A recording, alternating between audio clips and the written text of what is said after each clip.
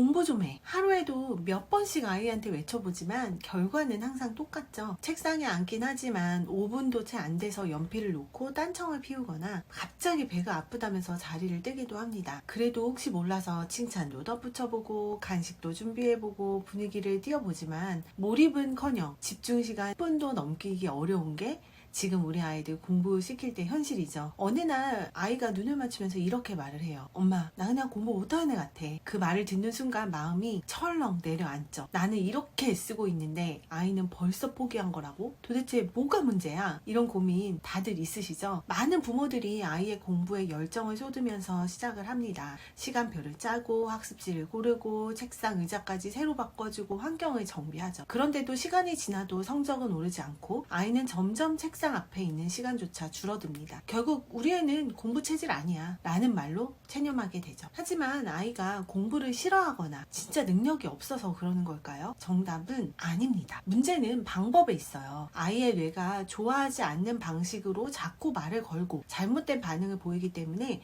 몰입이 일어나지 않는 거예요. 실제로 부모님들 90% 이상이 처음 3개월 안에 좌절을 겪고 포기합니다. 하지만 아이가 여러분의 말을 듣지 않는 이유는 아주 단순해요. 바로 아래 5가지 기본을 놓치고 있기 때문이거든요. 이 5가지 원칙만 지켜도 아이는 공부를 억지로 하는 게 아니라 스스로 하고 싶은 것으로 받아들이게 됩니다. 실전에서 바로 적용할 수 있는 팁과 함께 구체적인 사례를 알려드리도록 할 테니까 영상 끝까지 한번 보세요. 첫 번째, 할 수 있겠는데? 라는 감각부터 심어주세요. 아이가 스스로 도전하고 싶은 마음을 가지기 위해서 가장 중요한 건 나도 할 수 있을 것 같아 라는 감정이에요. 이 감정은 단순한 의욕이 아니라 과학적으로 검증된 심리적인 기반, 즉 자기 효능감과 깊이 연결되어 있습니다. 캐나다의 심리학자 엘버트 반두라에 따르면 자기 효능감은 개인의 특정 과제를 성공적으로 수행할 수 있다는 신념이며 이 신념이 학업 성취도에 결정적인 영향을 미친다고 밝혔어요. 하지만 아이가 자기 효능감을 갖기 위해서 단순히 문제를 잘 푸는 경험만으로는 부족합니다. 먼저 아이의 기질을 이해하는 것이 출발점이에요. 어떤 아이는 경쟁을 좋아하고요. 어떤 아이는 실수에 민감하고 또 어떤 아이는 반복적인 활동에 안정감을 느낍니다. 이런 성향에 맞는 방식으로 접근을 해야 아이는 거부감 없이 도전을 받아들일 수 있죠. 또한 아이가 무엇을 원하는지, 어떤 부분에서 스트레스를 느끼는지를 충분히 들어주는 과정이 정말 중요합니다.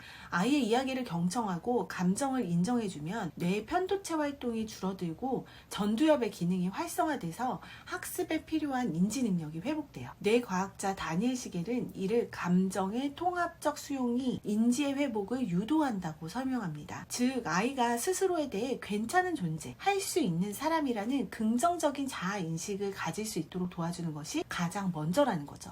이 기반이 생겨야만 비로소 문제 해결 능력과 집중력, 도전 정신이 살아나게 되는 거예요. 하지만 반대로 기질을 무시하고 자신을 이해받지 못한 채 자란 아이는 학습뿐만 아니라 삶 전반의 의욕을 잃게 될 수 있습니다. 자아 존중감이 낮아지고 새로운 시도에 대한 두려움이 커지고 결국에는 반복적인 회피 행동을 보이게 돼요. 공부가 싫은 아이가 아니라 무기력한 아이로 성장하는 거죠. 이런 아이는 성인이 되어서도 변화에 소극적이고 도전보다 안정만을 추구하게 되는 경향이 나타날 수 있습니다. 지금 우리가 아이의 기질을 존중하고 인정해주는 태도는 공부를 위한 전략이 아이의 평생 자존감과 자기 동기를 결정짓는 중요한 출발점이 되는 거예요. 아이가 어려워하는 과목일수록 그 아이의 기질에 맞는 접근도 굉장히 중요한데요. 예를 들어 조급한 성향의 아이는 빠른 성취감을 원하고요. 신중한 아이는 실수에 민감해요. 이럴 경우 아이가 심리적으로 안정감을 느끼고 내가 할 수 있겠어 라는 신념을 갖게 하기 위해서는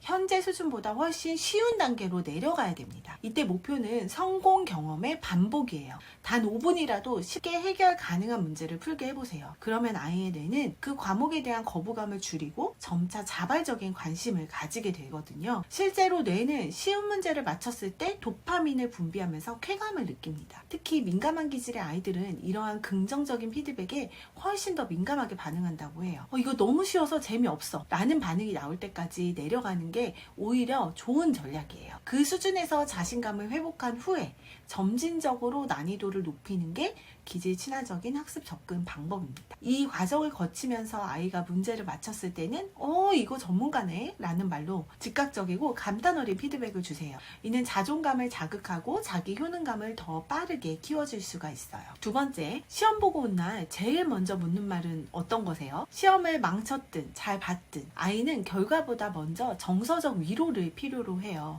시험 직후의 감정은 매우 민감하기 때문에 부모의 반응이 공부 동기를 좌우하게 됩니다. 저 역시 그런 경험이 있었어요. 어느 날 아이가 수학 시험을 보고 와서는 말없이 방으로 들어가서 문을 닫아버리더라고요. 성적표를 확인해 보니까 속상함과 실망감이 굉장히 뒤섞였지만 굉장히 꾹 참고 아이 방 문을 두드렸어요. 그리고 조심스럽게 수고했어. 오늘 너 뭐 먹고 싶은 거 없어? 그동안 고생했는데 이렇게 얘기했더니 처음에는 대답이 없더라고요. 그러더니 아이가 얼마나 속상했으면 나 너무 바보 같아. 친구들 다 잘하는데 나만 안 돼. 라는 말에 제가 진짜 가슴이 찢어지는 것 같았습니다. 그날 우린 처음으로 아이의 공부에 대한 불안과 두려움에 대해서 좀 진솔하게 대화를 해 나갈 수가 있었어요. 그리고 그날 이후 놀랍게도 아이는 스스로 공부 시간을 조금씩 늘려가기 시작했습니다. 성적보다도 아이의 감정에 먼저 다가갔던 그 한마디가 아이의 마음을 여는 굉장히 결정적인 계기가 되었던 거죠. 그래서 이렇게 해보는 걸 추천드려요.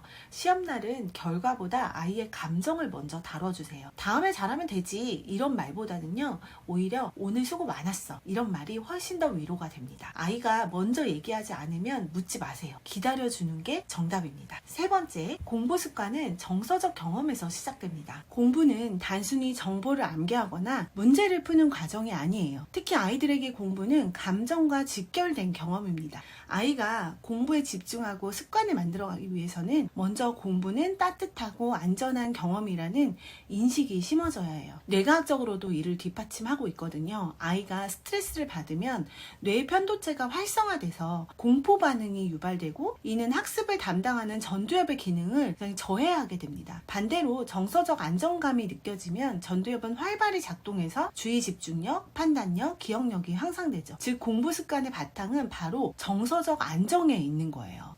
저의 경우도 마찬가지였어요. 아이가 책상에 앉기를 싫어해서 처음에는 억지로 앉히려고 애를 많이 썼어요. 근데 어느 날 함께 있는 시간 그 자체를 즐겁게 만들어보자 라는 생각으로 하루 10분씩 책을 읽어주기 시작했거든요. 처음엔 핸드폰만 보던 아이가 어느 날 제 옆에 와서 오늘은 이 책 읽어줘 라고 말을 하더라고요. 그 순간 아이의 뇌에는 공부는 따뜻한 시간이라는 감정이 각인되기 시작한 걸 느꼈어요. 그 후부터는 아이는 혼자 책을 읽는 시간이 늘었고 국어와 사회과목 성적도 자연스럽게 올라가더라고요. 저는 이 과정을 통해서 공부 습관은 정서적 교감에서 시작된다는 말을 굉장히 현실에서 실감을 하게 됐습니다. 그래서 이렇게 해보는 걸 추천드리고 싶어요. 하루 10분 아이가 공부하는 옆에서 조용히 함께 앉아있는 것만으로도 큰 힘이 됩니다. 여기서 절대 잔소리는 금물이에요. 공부가 아니라 정서적 교감 시간이라는 시선으로 접근을 하시면 좋아요. 반복되는 일정 시간대에 공부를 하면 뇌는 그 시간을 공부의 시간으로 인식한다고 해요. 자, 그럼 네 번째, 완벽주의는 공부 회피로 이어집니다. 틀릴까봐 시작을 못하겠어요. 많은 아이들이 이런 말을 많이 하죠. 이는 단순한 변명이 아니라요, 뇌과학적으로 보게 되면 아이가 실수를 두려워하는 상황에서 뇌 편도체가 활성화되면서 스트레스 반응이 유발되고 학습을 담당하는 전두엽의 기능이 저하되게 되는 거죠. 이 상태에서는 문제를 푸는데 필요한 집중력과 사고력, 판단력이 모두 떨어지게 됩니다. 특히 신중하고 민감한 기질을 가진 아이들은 실수에 굉장히 두려움이 커요. 그래서 이들은 완벽하게 하지 않으면 시작하지도 않겠다라는 태도를 보이기 쉽죠. 이는 아이가 능력이 없어서가 아니라 실패를 받아들이기 어려운 기질적인 특성을 가지고 있기 때문이에요. 저도 제 아이에게서 그런 모습을 본 적이 있는데요. 한창 영어 단어 암기를 시작하던 초등 고학년 시절에 아이는 조금만 단어를 틀려도 굉장히 울상을 짓고 공부를 그만두려고 하더라고요. 나 이거 안 외워져. 나 왜 이래?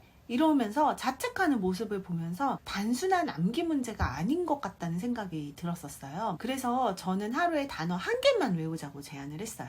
정말 쉬운 단어 하나만 골라서 성공하면 바로 이 단어는 절대 안 잊겠네 라고 말해줬어요. 아이는 처음에는 좀 시큰둥했죠. 너무 쉬운 걸 그렇게 얘기를 하니까. 하지만 매일 하나씩 성공하면서 자신감을 갖기 시작하더라고요. 일주일이 지나자 오늘은 5개 볼까? 라는 말이 나왔고 어느 하루 10개씩 스스로 외우는 모습을 보이게 되더라고요. 작은 성공은 완벽주의 아이에게도 틀려도 괜찮다라는 안전한 감정을 심어주게 됩니다. 반복되는 긍정 경험이 뇌에 도파민을 분비시키게 되고 이것은 학습에 대한 흥미와 의욕을 만들어내게 돼요. 무엇보다 중요한 건 아이가 실패를 배움의 일부로 받아들일 수 있게 도와주는 부모의 말과 태도겠죠. 그래서 이렇게 하는 걸 추천드리고 싶어요. 한 문제만 해볼까? 5분만 해보자 처럼 시작의 진입 장벽을 낮춰주는 거예요. 그리고 틀려도 괜찮다고 3번 이상 말씀해주세요. 틀렸을 때 이건 누구나 틀릴 수 있어 라고 말해주는 부모의 말이 가장 큰 위로가 됩니다. 우리도 나만 그런 거 아니라는 걸 알 때 위로가 되잖아요. 5번째 마지막, 선택권을 주세요. 공부 시간, 방법, 순서 이 3가지 중 하나는 아이에게 결정하게 하세요. 이것은 자율성을 키워주는 최고의 방법인데요. 심리학자인 에드워드 디시와 리처드 라이언이 제시한 자기결정 인간은 자율성, 유능감, 관계성이랄 때 내적 동기가 극대화된다고 합니다. 특히 자율성은 학습 동기를 유지하고 성장시키는 데 핵심적인 요소로 작용한다고 해요. 그런데 모든 아이가 똑같은 방식으로 자율성을 받아들이는 건 아니에요. 기질에 따라서 자율성에 대한 반응도 달라지기 때문입니다. 어떤 아이는 스스로 계획 세우기를 좋아하지만 어떤 아이는 선택이 많아질수록 불안해하거나 우유부단해질 수가 있어요. 따라서 기질을 이해한 상태에서 맞춤형 자율성 제공이 중요하다는 거죠. 예를 들어서 결정을 내리는데 어려움을 겪는 아이에게는 2가지 정도의 선택지를 주는 게 효과적이고요. 독립적이고 고집이 센 아이에게는 책임감을 부여하는 방식으로 자율성을 키우는 게 좋아요. 이렇게 아이의 기질을 고려해서 선택권을 주게 되면 아이는 부모를 통제자가 아니라 조력자로 인식하게 되고 스스로의 행동에 책임을 가지게 됩니다. 저희 아이도 마찬가지였는데요. 예전에는 공부하자고 하면 조금만 이따가 할게 라면서 시간을 굉장히 미루곤 했었어요. 그래서 어느 날부터는 제가 이렇게 질문을 바꿨어요. 지금 할래? 아니면 30분 뒤에 할래?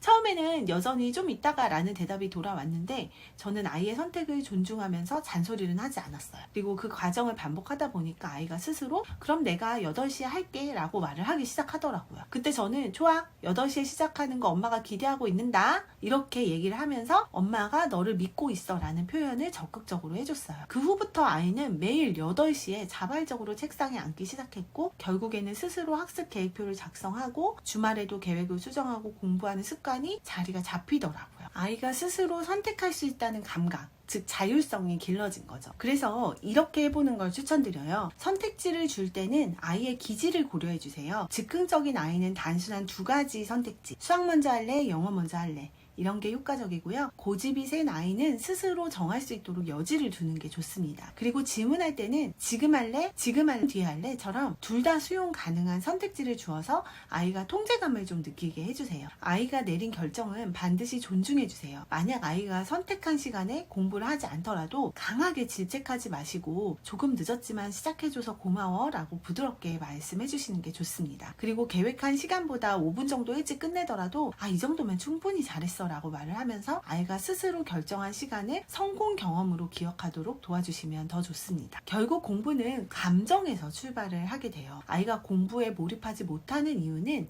능력이 부족해서가 아니라 감정적으로 받아들일 준비가 안 되어 있기 때문입니다. 그리고 이 감정은 부모가 아이를 얼마나 공감하고 이해하고 그 아이만의 기질을 존중하는지에 따라서 완전히 달라지게 됩니다. 기질은 타고나는 성향이에요. 어떤 아이는 민감하고 어떤 아이는 도전적이고 또 어떤 아이는 예민하게 주변 자극에 반응을 하죠. 이 기질은 뇌의 신경 네트워크와 연결이 되어 있어서 아이가 세상을 받아들이는 방식에 깊은 영향을 주게 돼요. 이런 기질을 무시하고 일률적으로 다가가면 아이는 자기 자신을 오해하게 되고 학습에 필요한 감정적 기반이 무너지게 되겠죠. 그래서 공부의 시작은 아이를 있는 그대로 인정하고 믿어주는 겁니다.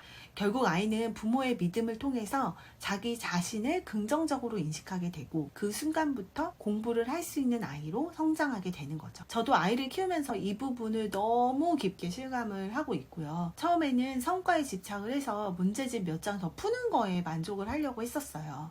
하지만 아이의 눈빛 속에서 굉장히 그 불안감과 긴장, 이런 것들, 공부에 대한 스트레스 이런 것들을 발견하고 방향을 아예 바꿨습니다. 그때부터 아이의 감정을 먼저 물어보고 실패해도 괜찮아, 엄마 너 믿어 라고 말을 해주기 시작했어요. 신기하게도 그 말 한마디에 아이의 자세가 바뀌었고 자발적으로 책상에 앉는 시간이 늘기 시작했어요. 고1이 된 아이는 지금 막 새벽 2시까지 자발적으로 공부를 하고 있고요. 굉장히 공부에 진심입니다. 공부는 마음에서 출발해요. 아이의 뇌는 안전하다고 느껴질 때 가장 잘 배우고 사랑받고 있다고 느낄 때 가장 크게 성장합니다.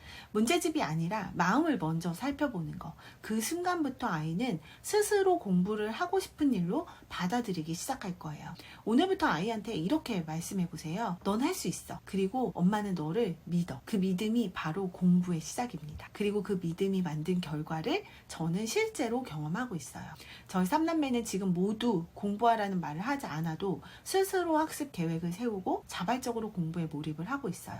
아이들 간에 공부 스트레스로 다투거나 억지로 앉히는 일이 없어요. 오히려 서로 공부한 얘기를 이야기하고 도와주고 조용히 집중하는 분위기가 자연스럽게 형성돼요. 이 모든 변화가 아이들의 기질을 인정하고 감정을 먼저 살펴보고 스스로 선택하게 한 결과였습니다. 공부는 결국 마음의 안정에서 시작된다는 사실을 매일매일 저는 체감을 하고 있고 더 많은 부모님들이 이 경험을 함께 하셨으면 좋겠다는 생각이에요. 우리가 아이들을 공부시키는 이유가 무엇인지, 근본적인 이유가 무엇인지 한 번 더 생각해 보시면 좋을 것 같아요.